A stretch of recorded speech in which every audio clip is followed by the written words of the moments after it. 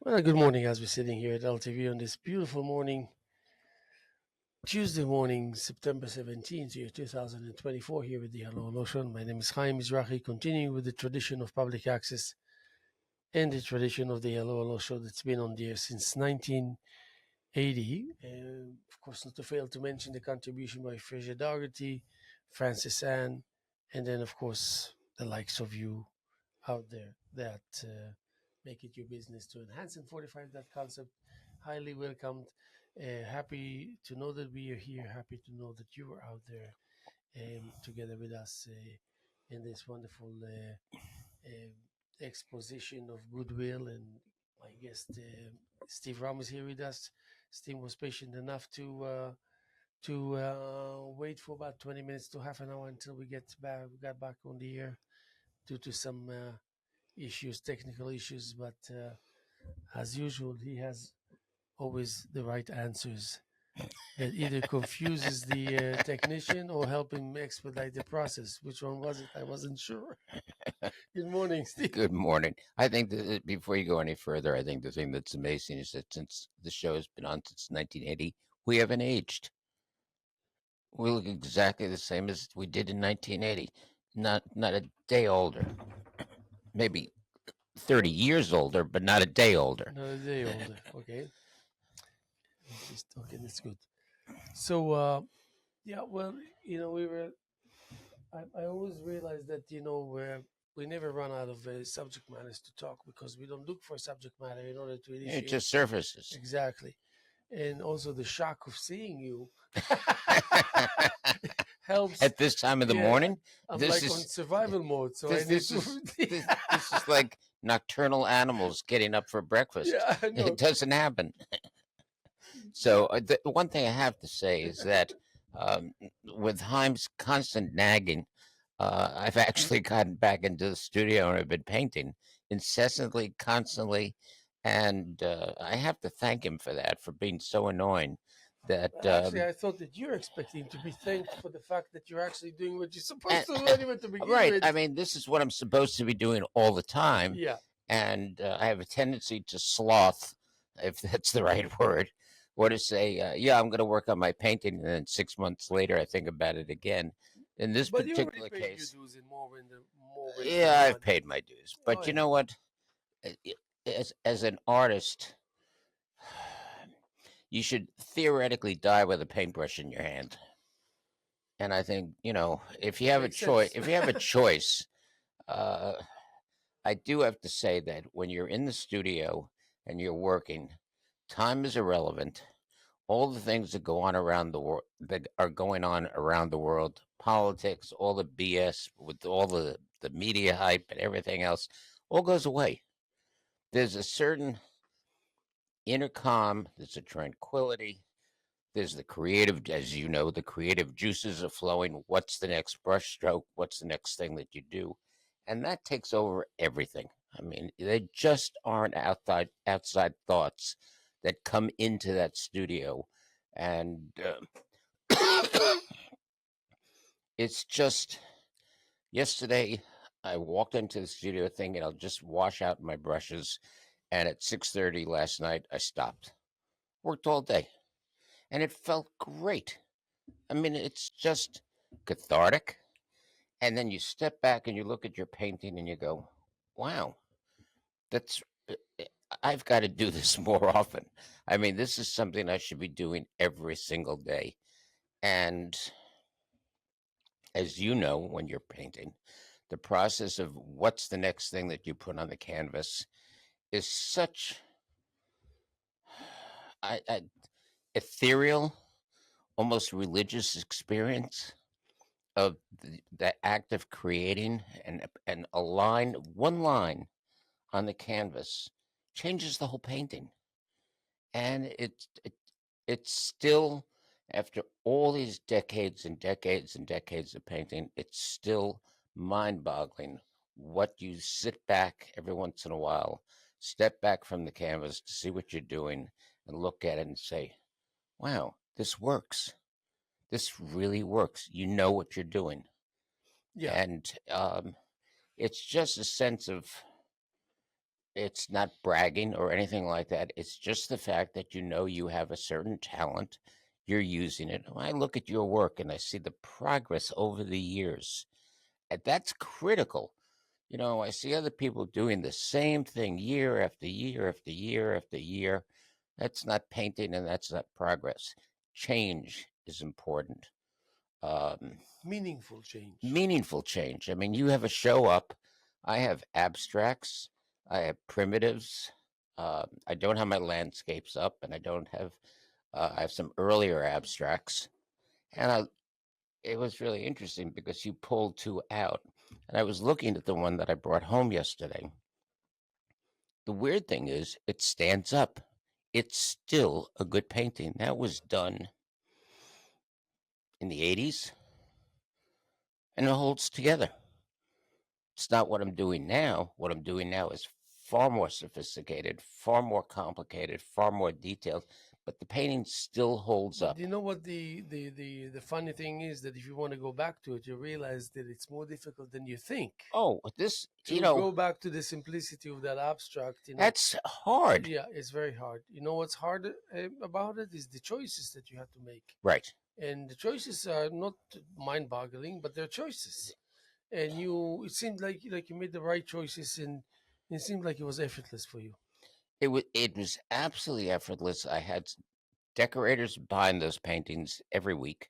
So I was in the process of constantly painting, and I look back at it now, and these are the last two. I mean, I can't tell how many I sold, but I look at them and I go, the structure's right, the flow is right, the colors are right, everything in the paintings is right. So I did something right at the time. Um, and I think that if you go back and you look at your earlier work 10 years ago, 20 years ago, at that time, if it still holds up, which it does, you look at it and you go, I've come a long way. But if I go back, what I did then is still right. And I think that's what, whether you paint, sculpt, or whatever it is, that's the process of continuing to create, is that you keep moving forward, keep moving forward, keep moving forward, keep creating new things and changing. Yeah, and hopefully that this desire will still be vibrant as we move forward. And it doesn't matter what age you are and what stages you went through and you've been through. It's just kind of you. It comes within the territory of your decision making process. It's You made. It's almost like uh, a vow. You know that it's like you breathing. Yeah, but you have a vow. You have like a level of responsibility, almost like you promised yourself something that you know that you're gonna abide by this promise that you gave yourself, Right. and therefore, obviously, in your case, it would be people will enjoy your work at some point if you be able to paint more than one painting a year, which you do now. Well, I'm getting and to the then point. and then if somebody who doesn't know you will hear you talk, you will think that you're like one after the other. No, what happened? Part of the thing is a not constantly um, motivated to paint, and B, they're so complicated that it does take a lot of time to yes and paint. no. You taught me well enough to actually answer you in a different way. Yes and no, because you make it sound like because you can, because you're the artist, and you have your choices. Is one thing that you choose. You choose to describe it in a way where it really sounds the way that you think it is, which happens to be not in real life. Meaning that in real life, the immediate territories, awaits your presence. It calls you, it announces to you, listen, there's still room, there's still access that you can gain, you know, all the possible things that to make it easy on you when you decide that you're actually committed and that you're going to be there every day, whether it's an hour or the entire day. But this you owe to yourself because you cannot break that promise. Otherwise, as an artist, you're gonna work around with too many guilt. Across the day, that won't be a pleasant feeling, to go through that. So you'd rather say, okay, you know what? I'm gonna abide by my own, kind of vow towards commitment, and of course you also know that whomever is around you will benefit from it, from your demeanor, from your positive energy. Imagine millions and millions and millions of artists do that intentionally, enough degree where it's really potent. That means when you go to your studio and you paint and you go out and you show and you exhibit, it really makes a difference. It makes a difference, not by your own singular actions. It's a whole neighborhood. It's a whole territory. It's a whole state. It's a whole country. As we speak, don't do you think that if we were going to go to any part of the world, or for that sake, any part of the United States of America, to greet and to get to know artists, you think they will be different than us? They might be Never. different with their approach to style and technique and subject matters, but they will go through things that we will all find very familiar. So, It's, what does it tell us? I think the only way I can define it is that there are people who are artists who have been artists all their life. It's in their blood, it's in their brain, and their process of creating is always part of them. That's their nature.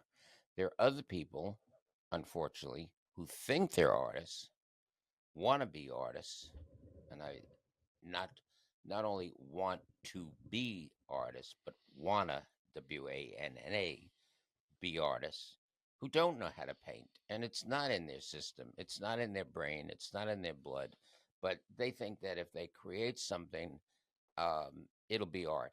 It's not art. Um, how long have you been painting for?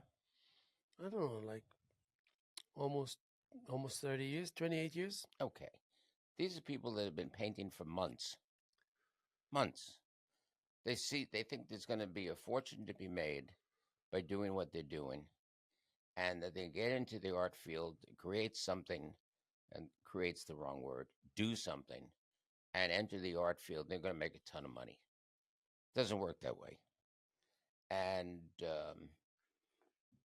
I think that there's a process that we have and other people have that are true artists, that just part of their life and the meaning to their life is the creativity of doing whatever it is that they do, whether it's painting or sculpting, etc., that they have to do because that's who they are. And I think there's a significant difference. You know, I grew up with this. It was in my blood when I was 6 years old, and I've been doing art ever since that age. And has it changed over the years? Drastically. It's different styles, but I always knew what I was doing. I learned how to really paint when I went to college, and that gave me a foundation to be able to experiment and do anything that I want, whether it's abstract or landscape or whatever it is, to move on and do different things and feel good about it. It's like yesterday, I spent probably 3 hours figuring out where to put one line, a red line, about a 16th of an inch wide by about 12 inches long, where to put it on the canvas because it's critical. That one line is critical. It's the only bright color on one side of the canvas, and it had to be in the right place. And I ended up putting it on, and it worked. And I sat back and I looked at it and I said, any other place I would have put it wouldn't have worked. You go through that. You look at your big painting outside, every brushstroke in that painting is critical because it all goes together. Whether you're on the far left or the far right or the middle or the top or the bottom, whatever it is, everything is coordinated. Everything works together. And if you didn't, every time you put that brush on, if you didn't do that, it would be a hodgepodge. And it's not. Yeah, and also the trust that's taking place, that indeed you You know know what that you're you're, doing. yeah, and you're getting there. You're Right. heading the right direction, Right. and that then that also that the most important part of it was on the behalf of your coherent decision to go a certain way, to with a certain attitude, and to be consistent with that. You can change your mind in the process, but it doesn't work well when you change your mind, especially after you make a firm decision, coherent and appealing and efficient and working. But we have the tendencies to kind of uh, be attracted by things that, okay, I mean, they're pleasant to look at. They make you feel good. They lure you into kind of a make believe future, and which is okay. It is, but it's crucial not to have that mixed while you're actually active in the now, in the live mode. Uh, it's so easy to suddenly realize that where you thought you were is not actually where you are. Right. It's like, and so you are functioning on empty or on uh, that result that looks like eternal and accomplished will fade away. It will be the first and the last time you encounter it. You know what I mean? So you want to have a little more control, and also adapt some conservative attitude.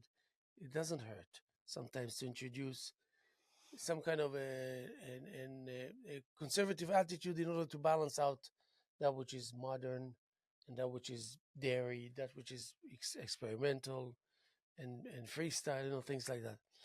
So and then and to abandon it when you need to abandon it, because holding on to that which is conservative for too long not doesn't work really well. So you need to know the timing, the right amount, the and then again the timing, and then because you want to make sure that that level of communication with the world is the right amount. You can slave in your studio and do everything else wrong. Nobody will know I of don't. your existence. I don't ever think about the But well, public. yeah, I know. But on the other hand, doesn't mean that you're going to be obsessed and crazy with going about exposing yourself and your work to the world like you're the best thing that ever happened to this world when it comes to. Oh no. I mean, I No, think no, I'm saying personally, I feel that like when you make those decisions early on, so you can abandon it, so you will gonna guarantee to yourself that you're not going to waste your energy, you can't be afraid to fail. because some of the energy is irreplaceable. It's Right. criminal to put it to waste. But for me, first of all, when I start a painting, I have a pretty much preconceived idea as to what it's going to look like. So when I start out, I know where certain things are going to be, basics. And then other things come to me as I produce the painting, as I paint the painting. There are things that develop. I never think about whether this is going to be, if I was going to hand it to an art reviewer, I couldn't care less whether they'll like it or not. It's irrelevant. I have to paint what I want to paint. How it's received is absolutely irrelevant. It's nice that people like it, but it's not really important. It's whether I like it or not, or I think that it's structured and it does what it's supposed to do. And that's all that counts. And I think if you're in your studio and you're worried about what the public thinks or what the reviews are going to be, then your objective is misplaced. All that you do when you're in the studio is be concerned about what you're producing, and you don't care about anything else. Um,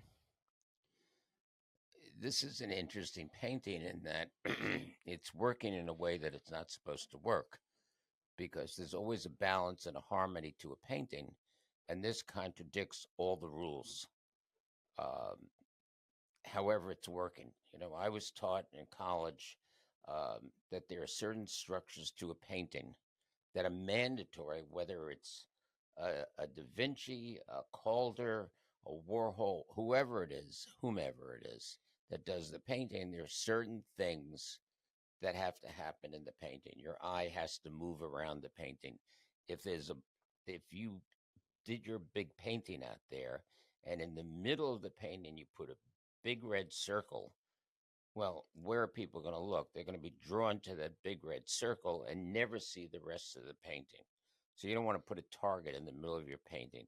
You don't want to have all your lines going to Unless the it middle serves a specific purpose, unless it serves a specific purpose. If that red dot or that red circle in the middle of the painting does lead you out to other things, then it serves a purpose. But that's really hard to overcome. if that red dot, theoretically, and I'm thinking of your painting right now, if you took that red dot, rather than measuring it from the left to the right and the right to the left and putting it in the middle, if you put it off to one side or the other and it's off center, then it becomes really interesting because it draws people to that dot. But at the same time, your black and white background painting, all the rest of the painting, pulls you back out of that red dot and pulls you into the painting so that the red dot isn't a target. If it was in the middle, that's where you go. If it's over here or it's up here or down here, it takes your eye away from the painting, brings you over, but then brings you back. So that would work theoretically if you did that. And I think that's what, when I'm putting things in on my canvas, I'm looking at it, I'm saying the left side is really, really heavily detailed. The background is black. It's really strong and intense. And what is the right side? It's white with very light colored lines. How do I balance this out so that people don't just automatically go to the left side and get stuck there? So I've got things going on the right side that bring you back out of the complicated parts that's in the black. Painting's called doppelganger, which is the opposite. And the white side, even though it doesn't have the impact initially of the dark side, does bring you back. But that's a great, well, I mean, I understand what you're talking about, but that's a great example to what I'm talking about. That is, you like operating in an ancient field, like almost like passe kind of thing. I don't blame you, and I'm not saying it's bad or good. I'm just stating a fact. So I remember before I was an artist, before I became an artist per se, painting paintings, which was only like 30 years ago, I used to welcome all interpretations and seek interpretations by artists that I kind of took interest in their work. And I used to get dressed for the occasion, for all the weekend openings. I took it seriously. And, from 1983 to 1995, I was like 12 years of really celebrations, of really meaningful. I was trying to show off also a little bit, just to, because I belong to this group of poets, so that worked well. So poets then were like on the top ladder of hierarchy, you know, in between music and art and writing. So I was um, um, now I'm losing my chain of thought for a second. I was talking about the fact that so then people used to talk like you talk now. That's why I kind of suddenly came to my mind. I look back and I realize, oh my God, they're just like so in love with the possibility of the moment to verbalize something that you've done or something that you're in the process of doing. And and now and then I do go to openings, even now and then today, and I hear people, artists that are so eager to speak about and talk about their art, so eager, and nothing wrong with that, Right. until it's wrong, until it's like unbearable, until it's like, okay, have mercy on yourself, forget about others. Um, because on the account of the time that you're spending describing that something that happens to be extremely trivial, not meaningless, trivial, big difference. When you cannot leave enough room to yourself to plant the seeds for the next painting. That's what I'm talking about. While you struggle greatly with the one that's in front of you, and not even close kind of thing to fruition, and some things can happen even closer and closer to a completion that will take you back that many steps. Things can happen. It's not a sure thing ever. So then you realize how precious time is, and then you realize, why wouldn't I want to think about the painting that's going to take place a few months from now, because I know I'm going to have to continue.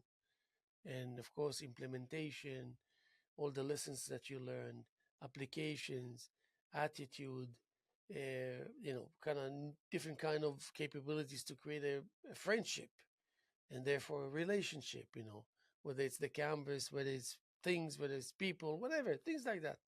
Have the right attitude and be very, very stubborn in keeping that kind of attitude when you need it, have more control over it. All these things only so you can give yourself a little chance to paint.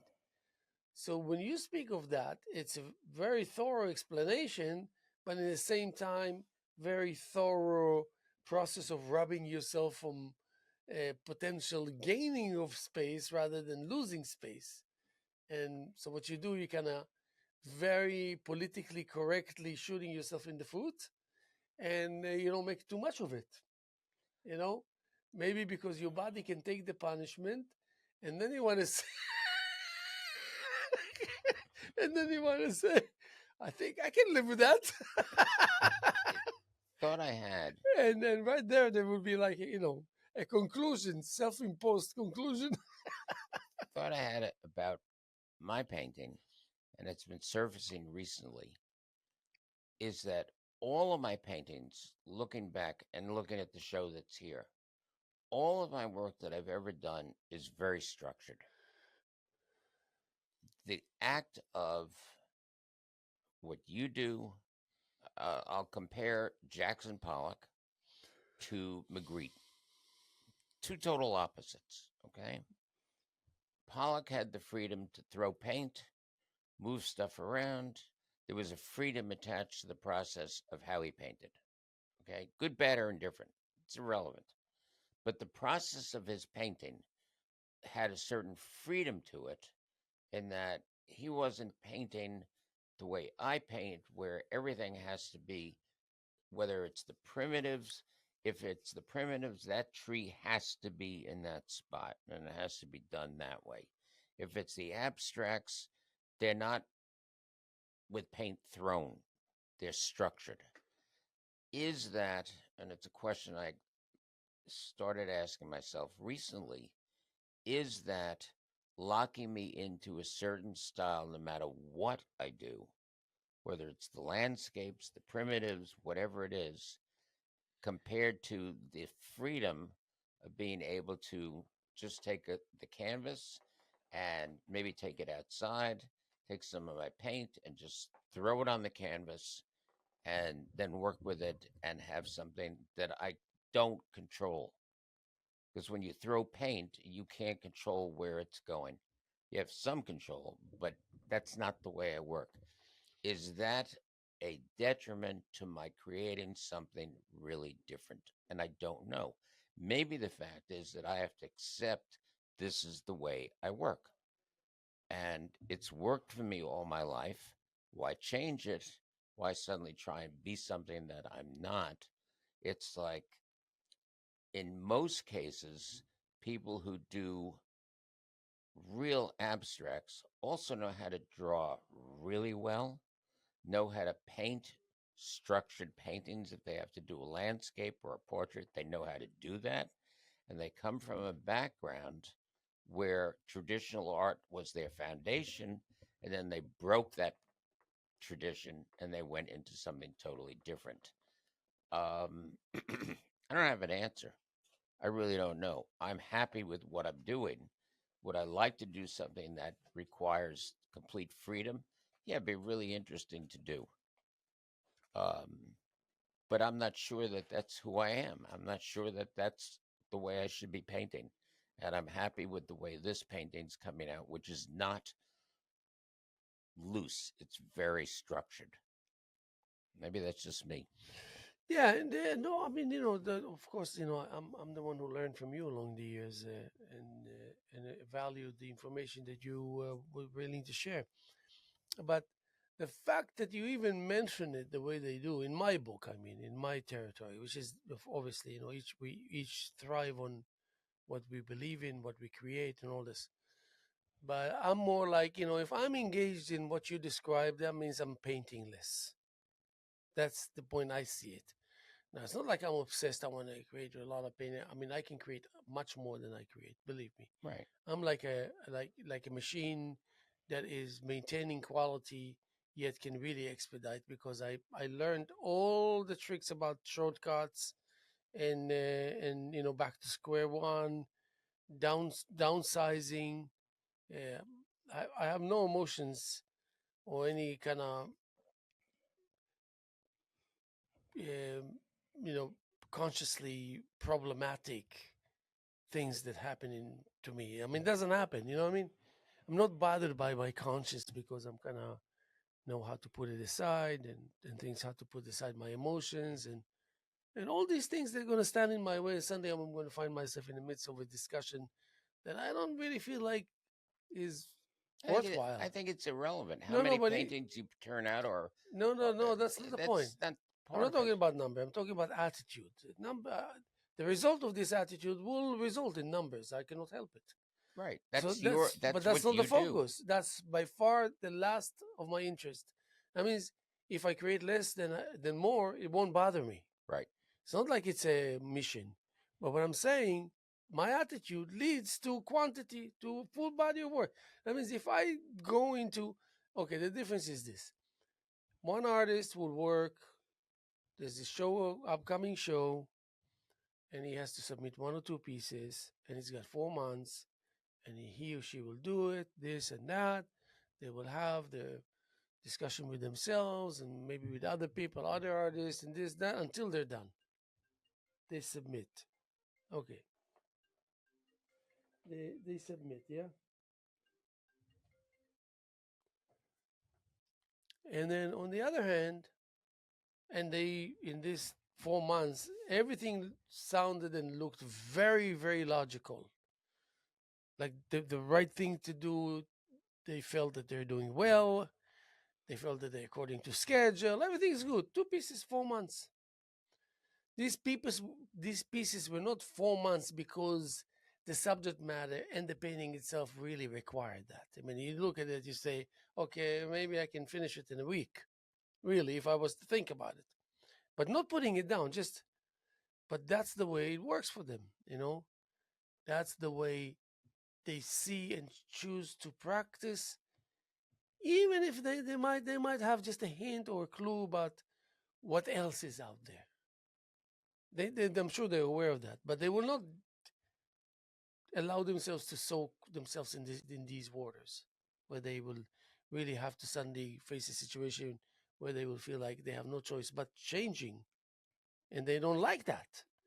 But the thing is, we're missing out on all these goodies that people can produce, because when I go around and I see artists that I really love and I see their work and I see their work floating around and showing up in more than one show, it really boils my blood. It boils my blood because I'm disappointed and upset because I know that I'm within my rights to expect from you as the artist that I look up to friggin' produce and produce accordingly. What I don't think that's like a selfish act on my behalf. So now, but in the same token, I realize, well, maybe I'm translating it through who I am, and that's not a good thing because then I become inevitably judgmental, which I don't want to be. I think that And then just as finishing my thoughts, so then I get to a point where I will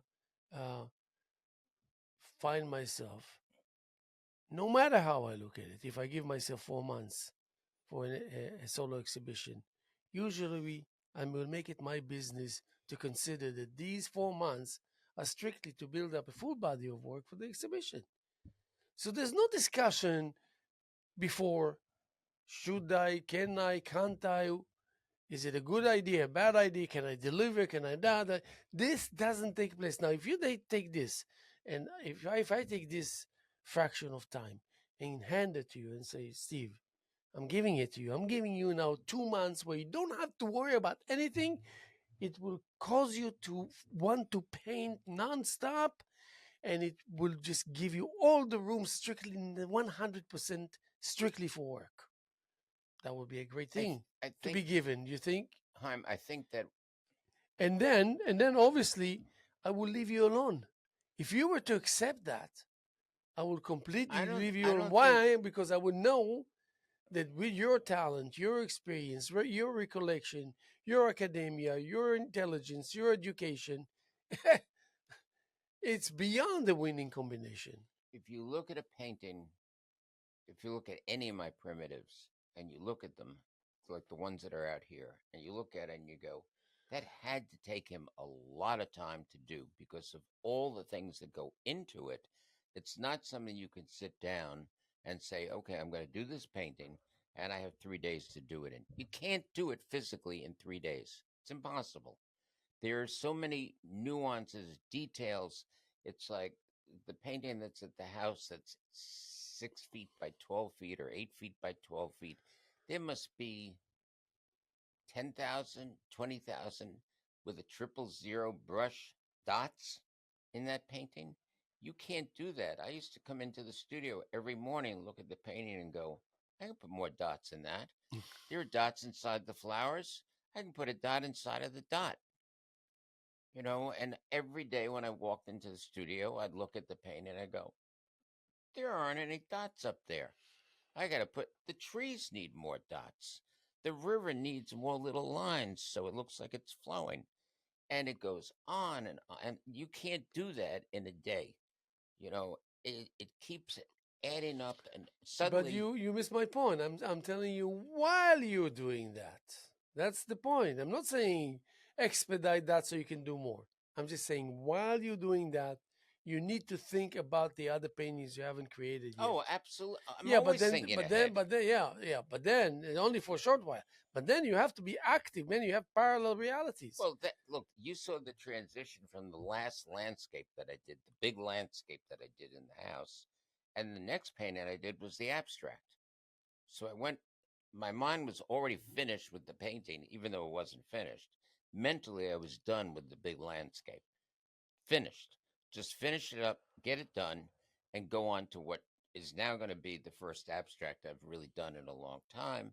And I went into the studio and I started painting. And when I was finished with it, I looked at it and I said, wow, this thing really works. This is really exciting. I'm off in a different direction.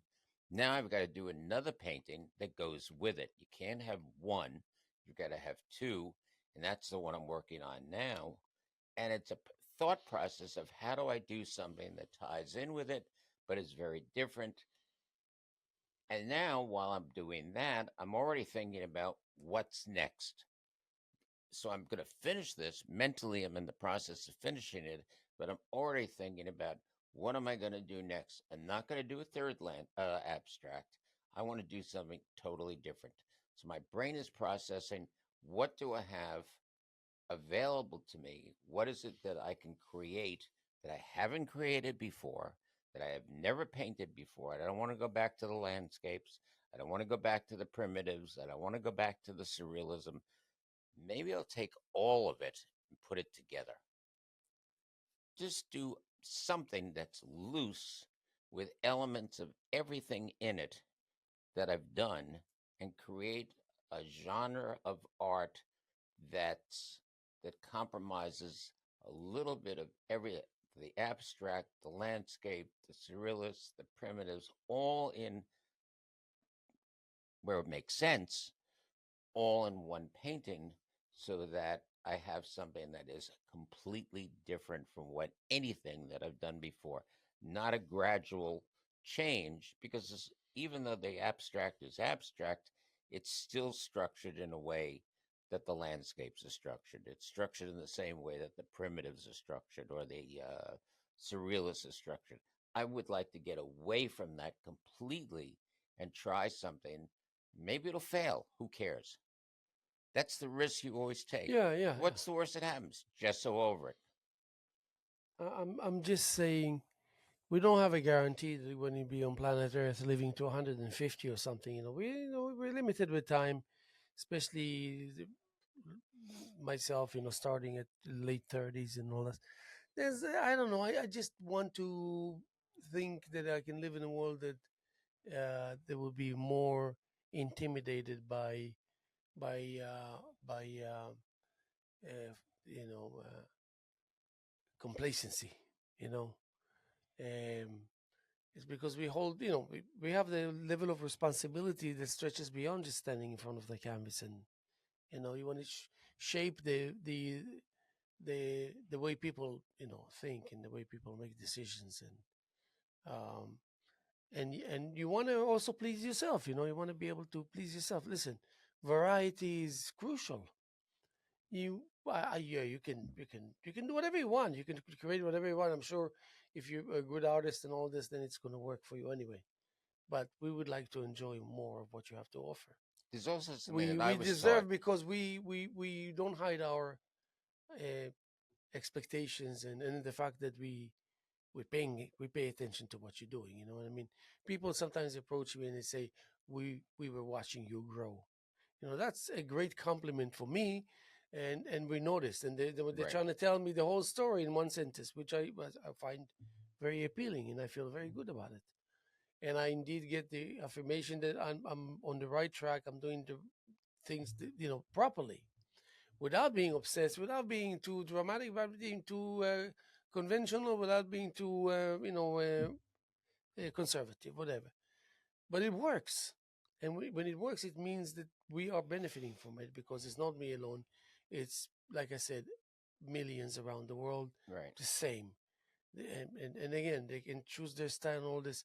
As long as they have that level of conviction, we will all enjoy the fruits of that process.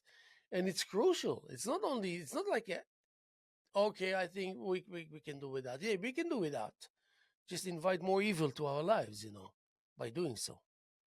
There was something I was taught when I started taking basic painting in college, and had a great teacher.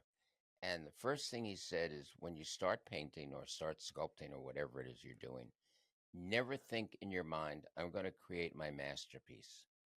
Because if you do, there's no reason to keep painting or sculpting. Yeah, but You you never never create reach that. that level where But you will never reach that level. you It's won't reach. I mean, ridiculous. imagine Da It's not Vinci even an option. thinking, "Oh, I did the Mona Lisa. I'll never do better than that. So why paint You know how anymore?" many times he looked back to the Mona Lisa and thought it's like a piece of crap? I'm sure. I mean, Like it's like, saying, I can't believe I did that. That looks terrible. yeah. I mean, you've got to keep moving ahead. I look at paintings that I did that impressed me because I did them and how successful they ended up being. But that doesn't mean that I look at that painting and say, I'm never going to do anything better than that. So why paint? I look at it and say, that's just you know, at that time, it was the right thing to do. Keep moving ahead. You always keep moving ahead. Change is important. Um, there is still even at this age, at this point in my life, there's a lot more to paint. What it is, I don't know, but I know it's got to be different than what I've done. And that's my life. And if you take that away, if you take that out of your life, and it's been out of my life for long periods of time where I haven't painted, your life isn't full. It's missing something. And being in the studio, being back in the studio, when I complain to you, well, there's nothing to do out here, or there's nobody to see, or whatever it is, it's all in that room. That's where everything is. That's where, you look at the day and you go, well, what am I going to do today? Well, I'll go to the beach or something like that. Go into the studio. The time between 10 in the morning and 6 at night, bam, gone. You don't look at your watch, you don't look at a clock, you don't eat. I mean, you're working in a way that's totally, it's a total different environment. Time stops, the world stops. You're in that environment. At least for me. I can't speak for other artists, but for me, it's like it's just a different element of my life, and it's like breathing. If you stop breathing, you die. If you stop painting, you die. I find it like a miracle that you breathing at all to begin with. So do I. I'm amazed by that. Forget about Believe me, painting. there are mornings that I get up and I go, "Is this body going to function today? You know, um, am I going to make it downstairs into the studio? Is my arm going to work? I mean, and you know what? You get past it. You just go do it. Um, the strange thing is that for whatever reason, if I'm not in the studio working, there are things that hurt, that bother me, all kinds of ailments, etc., etc. When you're painting, all that disappears. When you're done, I mean, I worked yesterday from 10 to 6 or 6:30. When I was finished, then it hit me how exhausted I was. Oh yeah. But it didn't hit me while I was working. No. I finally stopped, went into the kitchen, washed out my brushes, washed out the jar that I keep my brushes in when I'm painting, and it suddenly hit me. Wow, I'm really tired. I've been painting since 10 o'clock this morning, haven't done anything else, and it's physically hard. Okay, You I'm know, not letting you off the hook, so I need you to read this. Uh, I don't have my reading glasses, so don't count on anything. oh yeah. Yeah, if I don't have reading glasses, I can't read it. Why don't you? Let me see.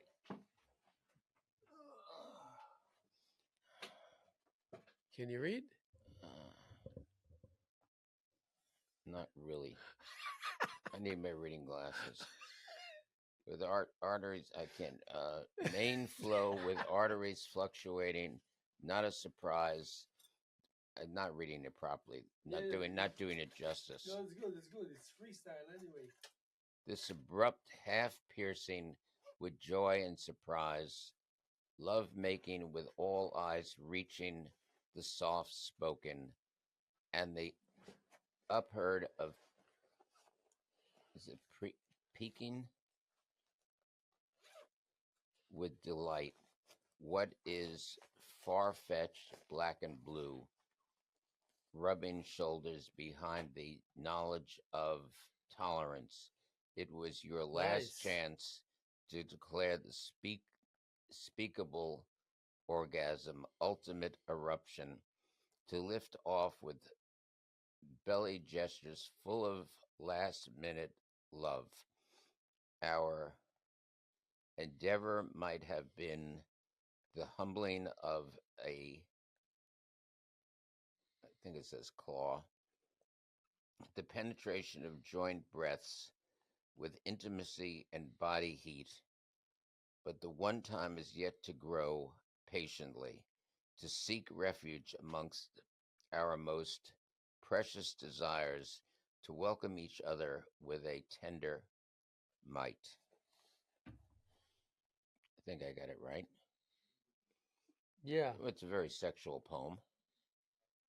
Mm. Is that? Did you read the one before that, number 67? You see number 67? I read 64. You read 64? That's what you gave me. Yeah. Okay. The might. Go down to 67, to the last one. Okay, got 67. So here, look at the freestyle when it comes to freestyle. Yeah. That's what I was going to bring you today. And so this is a drama-stricken, slow-burning desire. Knows nothing of the back and forth lashes. Trip. Knows nothing about the trip. Nothing of the back and forth lashes. So you changed it from there to here. Yeah. Trip to a back. Because this is the version 1. You're version 2. Oh, okay. Go to version. Oh, okay, got it. Yeah, this is your version there. Overlift, drama-stricken, slow-burning desire. It knows nothing of the trip to a back and forth lashes, believing in miracles and somewhat committed to a sound hidden and well guarded. This time the dream did not add a wishful thinking as a condition to fall asleep. Never mind the leftover, thinly spread in a complex of a civil residence, my sweet baby growing so fast, yet my passion and love being about aching, about capturing capturing any kind of lucky strides growing, writhing, and between the holy it should be writhing. Yeah, the holy clapping into the swinging for the sake of diffusing a well-crafted lady at the night of the night. Now the other one is the final version. You see the other one down? Can I redo this? No, don't do anything. Don't do. Because go down to the same 67 underneath it. Okay, it's got that. Okay, this is the final version of when I improved Okay. it. Drama stricken, slow burning desire knows nothing of the back and forth lashes, believes in miracles, somewhat committed to the sound hidden and well guarded. This time, the dream didn't add wishful thinking as a condition to sleep, never mind the leftover thinly spread in a civil residence. My sweet baby grows so fast. Yet my passion, my love, aches to capture any lucky stride growing, writing. And between the holy shit clapping, swinging for the sake of it, is the fusing of well-crafted lady of the night. Now, this is a tough poem, you know? Yeah. It's not something that you can just kind of... No, it's not just some. It's not something you read and go, "That's nice." It's not a nice. It's not a "that's nice" poem. It's a poem that you have to think about because there's a lot behind it. It's from an inner you expressing an emotion that you're going through and trying to explain it through poetry. If you were with your therapist, you would be saying a lot of other things in a different way.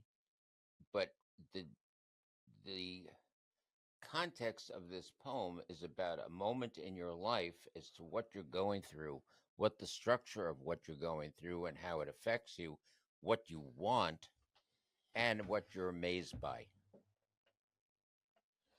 So yeah. Anyway, so I'm busy with the um. How about go to number? You still there? Yep. Go to number 30. See, I would just as a suggestion, the end of it, and between the holy shit clapping. Uh, Okay. Leave it alone. Don't okay, worry about it. Go to number 30. it doesn't go to. Oh, I have to go back. There, down. No, down. Just scroll down with the It doesn't page. go down. It ends at. That's No, it. up. Go. Up. I have to go up. Okay. Just scroll up. I'm going up to 30. Where am I at? I'm still at 60, so I have to go down a lot more.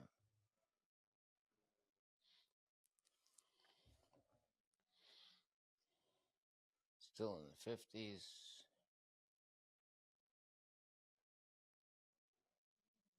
Where am I at? Well, 40. So we're almost there. man, this guy's old. Okay, 33. Okay. Oh boy. 33. 32. What are we at here? 31. So we're finally at 30. Okay, got In the 30. depth where the shadows dwell. This one says, I noticed your absence. Notice your That's number 30 that I have. What? I noticed your absence, Oh, you're going unmistakably to. evident. Oh, I know what happened here. Okay. I know what happened. Yeah. I noticed your absence unmistakably evident. Your affection a giant source as they hunt. Though merely a quest, I raised it to evoke wonder, allowing you a moment to steady, to breathe. Set aside your bundles of love. They will return. You'll be grateful for the pause. Life relies on it. You are a loyal shadow, tethered to realities, softness yielding first, and gentle, unbearably of hardness, a primal drive, tough, unexpected in intimacy, Unexpressed. unexpressed in intimacy, lurking within, crucial sensations of humanity, dreaming as a beggar, testing the world, dreaming as a beggar. Um, And then it says testing testing the the world. world because you You can, can. permitted, recognized, composed, sweet in an eternal chain reaction despite all, predictably surprising, lovingly annoying, balanced as a sheet holds descent, fostering shared love, yet It should be.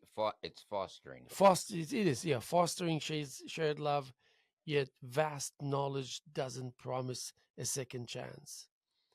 Granting permission early, anticipating as knowledge guides, lucky to respond to care, to be involved. Void notwithstanding amidst the shrubs of futility. I love the ending. I would do. I noticed your absence, unmistakably evident. Your reflection in the water is gone. Says the wise man. That's how. If I was redoing your poem, if we were writing a poem together, I noticed your absence, unmistakably evident. Your reflection in the water is gone. Though merely a quest, I crossed it. What do you have? I raised it to evoke wonder. Your place in the atmosphere leaves a void. There is no breath coming my way. Good, good, good job. So, I mean, I love feeding off your poems and vice versa, because if you give somebody the permission to use that as the basis for creating an alternate universe. And I love it. An alternate universe is actually Okay. good. So what I see in that, I see an image. I see a person that you're talking about that's vanished. Their reflection in the pond, which is calm, is gone. Their presence in the atmosphere where they stood leaves a vacancy. Their breath coming towards me no longer comes towards me. Yeah, and it's also wishful thinking. We age and we're still seeking love that belongs to youth that's long gone. So And it's we're seeking the youth that we had. We're seeking the friendship. We're seeking the friendship to people that are no longer here. We're seeking a sense of life that's fulfilling, that's limited, both because of our age, because of our environment, because of a whole set of circumstances that doesn't permit that anymore. And trying to accept that is extremely hard. So, what you're writing about, your sense of writing, which comes from a deep inside part of you, is about loss. You've lost something. There's something you're writing about that, and there are sentences in there where there's hope. You'll oh you'll yeah, write about a child that's yeah. growing in front of you. I hate to stop you because we have 1 minute, so just wanted to say we're going to be here tomorrow. Sorry that I have to stop you short. That's okay. We're going to be here tomorrow as much as we were here yesterday and as much as we're here this morning, Tuesday morning, September 17th, year 2024, here with the Halolo Show. And my name is Haim Mizrahi. Thank you to my guest, Steve Ram. And don't forget this coming Saturday, and Steve Ram is one of the participating artists. We have the opening. September 21st, and that's a Saturday, 4 to 7 here at LTV Studios. We're looking forward to seeing you. And then, of course, we're continuing with our job here. And the fact that we know that you're out there doing your best also, it makes us feel good. So, God bless. Enjoy the season. Enjoy the change of seasons. And again, Steve Ram, thank you for showing here, being a friend and a mentor. Much appreciated. Have a good day. Always.